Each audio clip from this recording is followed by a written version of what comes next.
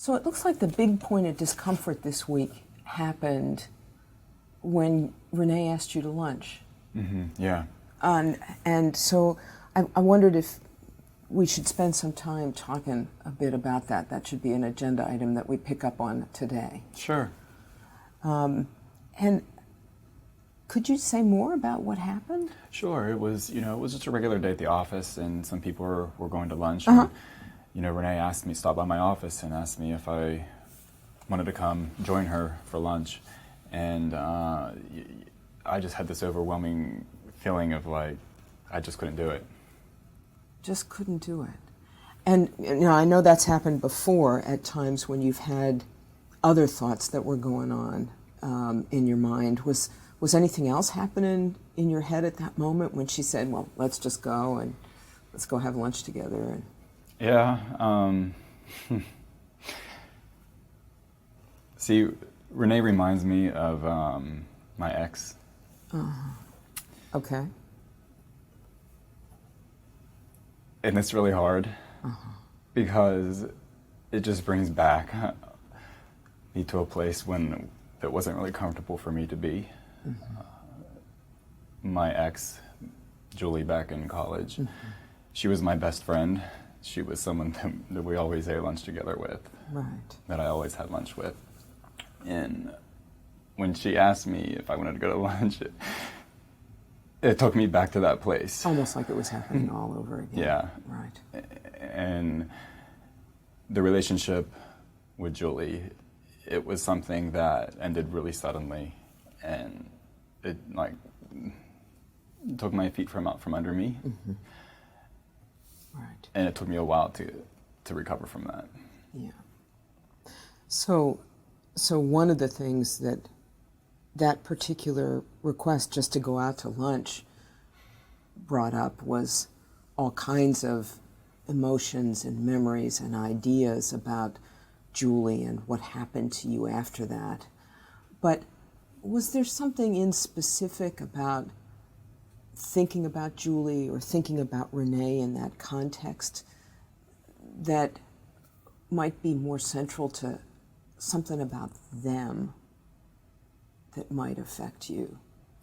It's funny because Renee kind of resembles Julie in a sense, and I just feel like she's always sort of sitting there on my shoulder, and out of the blue, just something that the way that Renee said that, it just took me back there like so quickly and just reminded me about that, and that towards the end of the relationship, Julie, she blamed me for things not working out, and I still have a lot of like guilt and feelings about if I would have done something differently, maybe we'd still be together or something. So I still carry a lot of guilt that it was my fault that the relationship didn't end, that it ended. Right.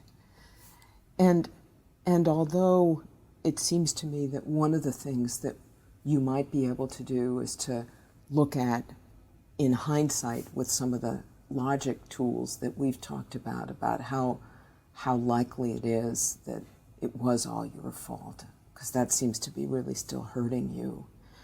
It also seems to me there might be a reason that you're taking all of that on yourself, some more central ideas about yourself and other people that might make you more vulnerable to the kinds of setbacks that are pretty normal to have happen in people's lives.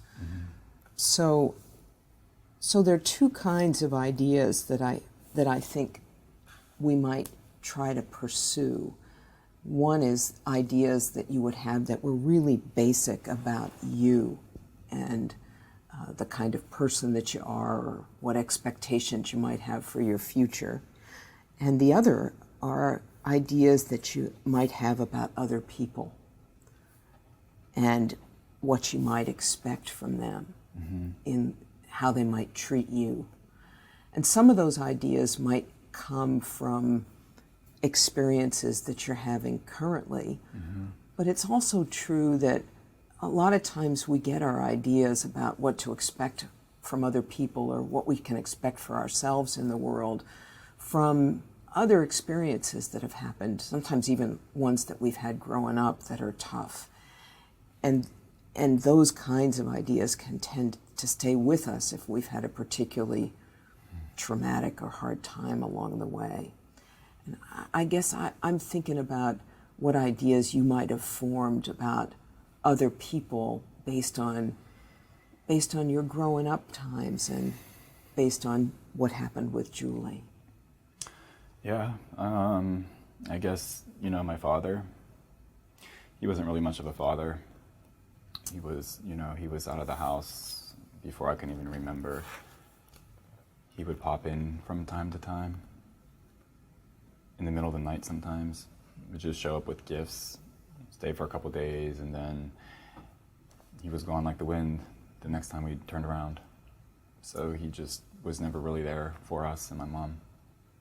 That must have been so awful as a kid, just not to know from minute to minute whether he'd show up and why he left. Yeah. And, kids, naturally, their only frame of reference for the reasons things happen is because of them. My guess is that that's how you saw it too. Yeah.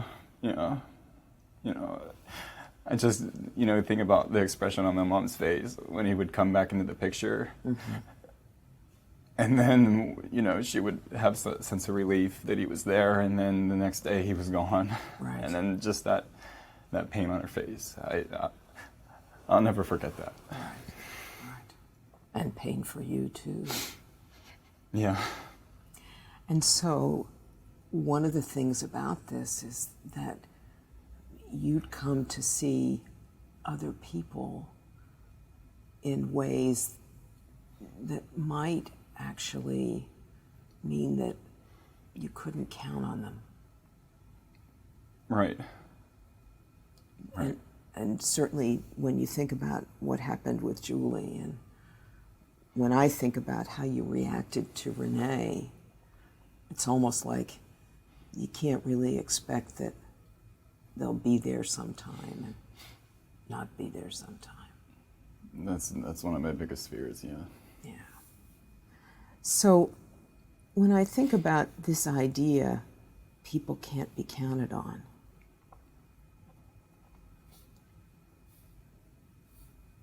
does that seem to sum up something that you really feel fundamentally would be true? Absolutely. Yeah.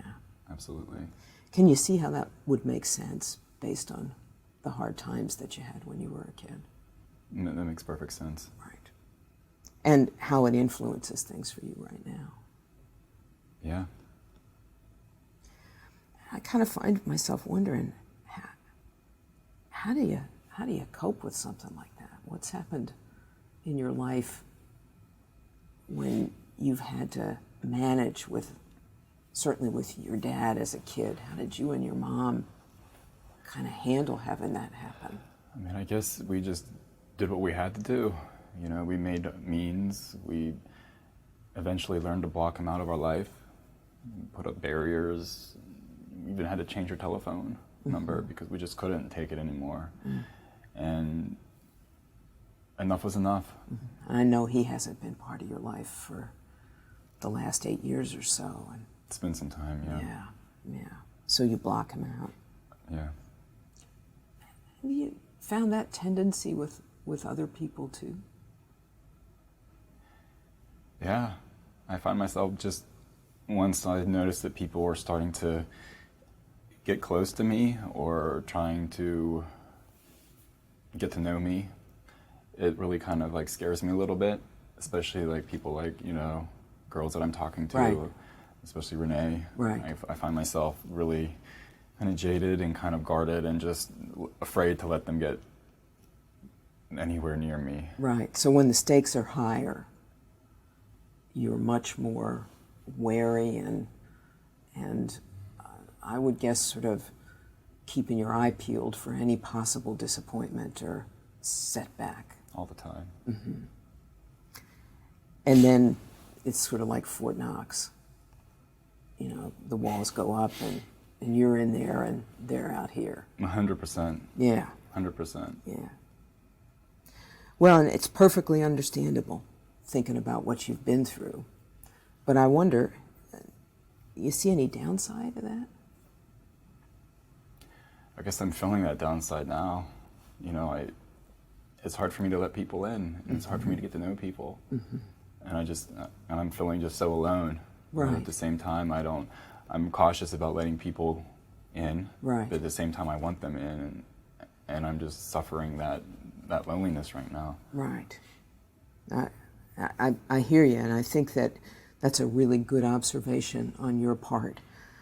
So that one of the things that we have to do is to potentially thinking about a way for you to find some ways to manage with the kinds of setbacks that are normal in relationships with other people, but also not always go to this default position where the knee-jerk response is to pull in the drawbridge and we're done with you, so that you're in there all alone. And I think that's really something for us to be working on as a more basic, fundamental way that you believe about yourself.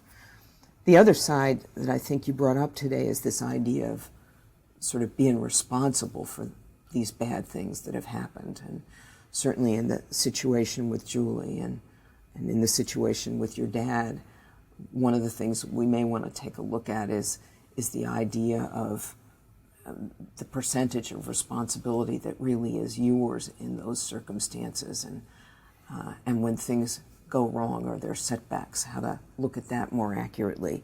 But I'm wondering if the idea of people can't be counted on is something that you and I want to work on as something you've been operating on as a real cardinal premise for your life that now may look like something that is less useful to you, and see what we can come up with. Okay.